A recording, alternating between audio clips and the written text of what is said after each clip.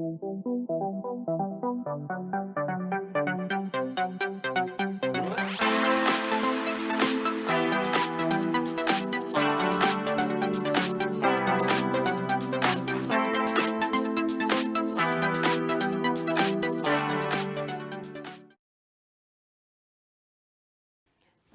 je suis Hélène du blog Réussir sa croisière à la voile.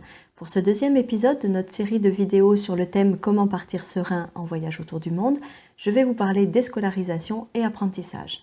En effet, après les questions de santé, c'est un sujet qui revient très souvent sur la table. À titre d'illustration, chaque personne qui découvre notre projet de voyage en famille au long cours s'exclame d'abord avec admiration et enthousiasme, et puis immanquablement nous pose la question suivante: et pour l'école, vous allez faire comment? Je suis sûre que vous savez de quoi je parle et que vous avez déjà vous aussi vécu cette situation. Il est en effet peu connu qu'en France, ce n'est pas la scolarité qui est obligatoire, c'est l'instruction des enfants de 6 à 16 ans. Il existe donc une alternative à l'école qui est l'instruction en famille et qui ne nécessite que de se déclarer auprès de l'inspection académie et de la mairie de votre résidence, puis bien sûr de se prêter au jeu des évaluations annuelles diligentées par l'Éducation nationale. Toutefois, comme souvent, cette question se complique quand nous décidons de partir en voyage autour du monde. Jusqu'à un passé relativement récent, dans le cadre d'un voyage nomade à l'étranger, nous avions la possibilité de suivre le CNED dit réglementé, qui permet de suivre strictement le programme scolaire, de disposer d'un relevé de notes, d'un avis de passage dans le niveau supérieur et de recevoir un certificat de scolarité. Toutefois, depuis peu, depuis quelques années, 2-3 ans à peu près, le CNED réglementé a été revu et son accès fortement limité. Ainsi, aujourd'hui, il n'est accessible qu'aux enfants résidant en France et qui ne peuvent pour des raisons très précises, fréquenter un établissement scolaire. Donc ces raisons sont de différentes natures. Il peut s'agir d'une situation de handicap, il peut s'agir de la maladie, d'une pratique artistique ou professionnelle de haut niveau, ou une impossibilité de suivre une instruction en établissement liée à une activité professionnelle itinérante des parents. Donc à l'heure actuelle, vous l'avez compris, un voyage d'agrément au long cours n'est plus une raison valable pour solliciter l'accès à ce CNED réglementé. Et par ailleurs, il faut également avoir en tête que lorsque vous quittez la France, vous sortez du territoire de compétence de votre inspection académique et que vous n'êtes donc plus soumis aux obligations d'instruction de la législation française. Cela signifie en toute rigueur que vous n'avez pas non plus à vous déclarer en instruction en famille. Mais du coup, vous n'entrez plus dans aucune case du système pédagogique français. Alors concrètement, lorsque l'on décide de partir en famille autour du monde, quelles sont les solutions d'instruction qui s'offrent à nous et que nous pouvons donc mettre en place pour nos enfants? Donc la première solution consiste tout simplement à inscrire ses enfants à des cours par correspondance. On parle bien là d'une instruction formelle équivalente aux enseignements dispensés dans les établissements scolaires. Vous pouvez choisir de faire suivre à vos enfants une scolarité complète ou de ne retenir que quelques matières qui vous semblent prioritaires. De nombreux cours privés proposent bien sûr ces enseignements à distance, mais également le CNED dans une version non réglementée. Donc s'inscrire à ces cours ne nécessite aucune formalité préalable, mais ils sont bien entendu payants, y compris pour le CNED. Donc en fin d'année, vous n'aurez pas d'avis de passage, vous n'aurez pas de certificat de scolarité, mais si les évaluations de vos enfants ont été satisfaisantes, vous n'aurez probablement aucun problème à les inscrire dans le niveau supérieur auprès de l'organisme que vous aurez choisi pour cet enseignement à distance, si bien sûr vous poursuivez votre voyage au-delà de la première année. Donc il existe toutefois quelques ressources gratuites sur le net qui permettent de suivre les programmes officiels sans pour autant débourser le moindre euro. Nous ne les connaissons pas tous, mais nous pouvons vous citer par exemple l'Académie en ligne du CNED qui propose les cours de maths et de français, ou la Khan Academy qui elle est plutôt tournée vers les mathématiques aussi et également vers les sciences. Donc il est important d'avoir en tête que les cours par correspondance sont assez nombreux, l'offre est assez vaste pour les niveaux primaires et collège. Par contre, quand votre enfant intègre le lycée et qu'il choisit de plus une filière professionnelle, il y a là nettement moins de choix et nous, pour ce qui nous concerne, nous n'avons pas trouvé d'autre offre que celle du CNED non réglementé pour répondre à nos besoins. Donc il existe une autre solution d'apprentissage qui correspond aux apprentissages autonomes, dont la philosophie repose sur l'idée que les apprentissages sont un processus naturel chez l'être humain, mais qu'ils doivent être guidés par la volonté et le plaisir et non pas par une contrainte ou une obligation extérieure. On est là dans un cas de figure où le parent n'enseigne pas à son enfant, il écoute et accompagne. C'est l'enfant qui le sollicite par ses nombreuses questions et sa curiosité. Et tous les instants du quotidien deviennent ainsi des occasions pour enrichir ses connaissances. Donc les apprentissages autonomes, vous devez le percevoir à travers ces quelques propos, sont particulièrement adaptés à un environnement riche comme celui d'un voyage autour du monde, au cours duquel l'enfant finalement va bénéficier d'un certain nombre de supports, que ce soit des lectures, des expérimentations, des rencontres également qui sont très importantes, des activités sportives. Voilà, vous avez quand même un panel finalement d'activités à lui proposer très, très vaste et diversifié.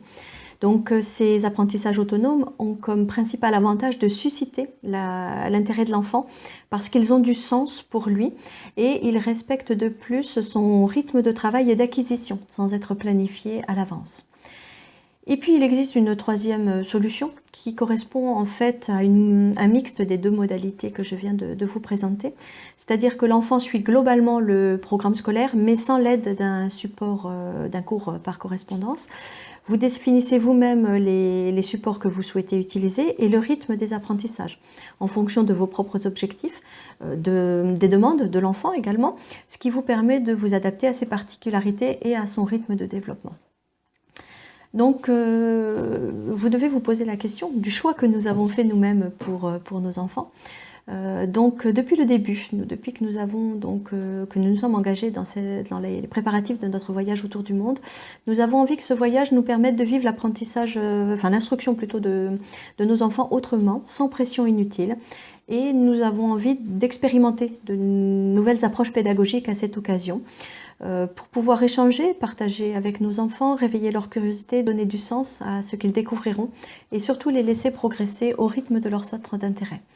Donc nous avons découvert les apprentissages autonomes il y a une petite année maintenant et les principes fondateurs de cette méthode pédagogique nous ont tout particulièrement interpellés. Donc nous avons pris le temps toutefois de creuser la question et de conforter notre vision des choses grâce à des lectures, des rencontres, des retours d'expérience, des conférences.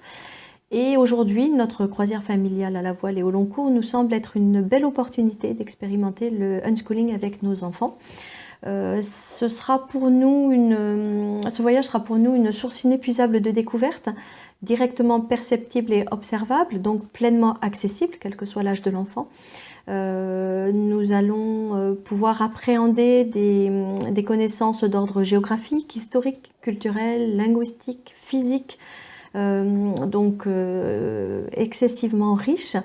Et il nous semble important de souligner aussi que dans la plupart des cas, ces découvertes auront un caractère souvent insolite, étonnant, et donc qu'elles revêtront une certaine part de magie qui renforcera encore leur attrait pour les enfants.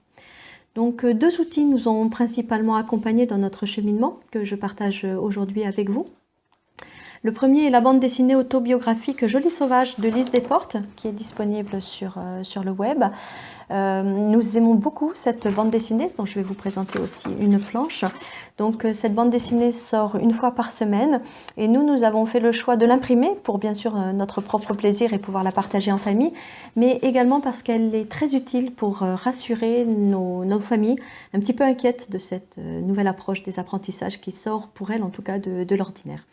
Et le deuxième outil qui nous a beaucoup aidé, qui nous accompagne encore aujourd'hui, c'est le blog Plaisir d'apprendre de Anne-Estelle, qui apporte de nombreux éclairages, des témoignages et des outils sur l'instruction en famille et qui donc est un support très intéressant pour nous aider à cheminer et à faire nos propres choix.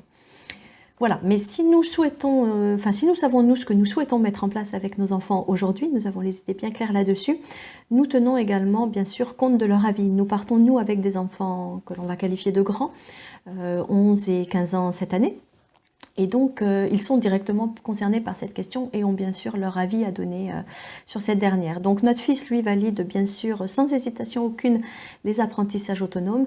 Et notre fille, elle, par contre, pour l'instant, se sent rassurée par des cours par correspondance, et dans la mesure où elle va atteindre le niveau second et qu'elle souhaite s'orienter sur une filière professionnelle, nous avons fait le choix de l'inscrire au CNED non réglementé qui par chance propose la filière qui l'intéresse. Donc pour en revenir aux formalités, comme je le soulignais tout à l'heure, en partant à l'étranger, l'éducation nationale se désintéresse purement et simplement de nous. Et hormis prévenir par pure courtoisie les établissements scolaires fréquentés aujourd'hui par nos enfants, nous ne sommes tenus à aucune autre démarche officielle. Donc c'est le discours qui nous a été tenu par l'inspection académique lorsque nous l'avons contacté récemment. Nous nous y sommes pris à l'avance dans ce contact avec l'inspection académique sur les conseils d'une représentante de l'association Les Enfants d'abord que nous avions eu la chance de rencontrer lors d'une table ronde organisée il y a quelques mois à la médiathèque de notre commune et qui nous avait vivement incité à conserver un lien avec l'inspection académique et à discuter avec eux sur les possibilités de tenir malgré tout une évaluation annuelle, éventuellement par un échange Skype. Donc c'était dans cet état d'esprit que nous faisions notre démarche dans un premier temps téléphonique. Et là, notre surprise a été quand même importante d'apprendre que l'inspection académique ne voulait surtout pas garder de lien avec nous, voilà, n'était pas intéressée parce que nous allions devenir à partir du moment où nous quitterions la France. Donc bon, cette situation nous a un petit peu étonnés. Mais après réflexion, nous avons quand même décidé de faire une déclaration d'instruction en famille pour être en règle, notamment avec la réglementation française lorsque nous nous arrêterons dans les dom-toms, puisqu'ils sont bien sûr sur notre parcours. Et donc nous avons d'ores et déjà envoyé un courrier en recommandé à l'inspection académique et à la mairie de notre commune. Dès que nous disposerons de leur accusé de réception, nous informerons officiellement les établissements scolaires de nos enfants, qui sont déjà au courant, mais uniquement oralement. Et puis nous en profiterons pour demander les certificats de radiation. Et comme ça, nous disposerons d'un dossier complet. Donc ces démarches ne serviront peut-être à rien, mais nous préférons procéder ainsi et rester dans un cadre malgré tout existant au niveau, en lien avec la réglementation française. Ceci pour peut-être éventuellement nous faciliter le retour en France le moment venu et notamment le passage des tests de niveau de nos enfants s'ils souhaitent reprendre une scolarité en établissement. Nous nous disons aussi que cette déclaration d'IEF pourra nous servir lors de nos escales plus prolongées dans certains pays, sous réserve toutefois bien sûr que ces pays soient ouverts à l'instruction en famille, ce qui n'est pas le cas de tous les pays autour du monde. Donc voilà, nous préférons prévenir ces situations-là et puis nous partons en restant dans un cadre, ça nous paraît quand même essentiel aujourd'hui. Voilà, donc j'en ai fini pour cette nouvelle vidéo sur ce sujet parfois un petit peu complexe de la scolarité en voyage à l'étranger.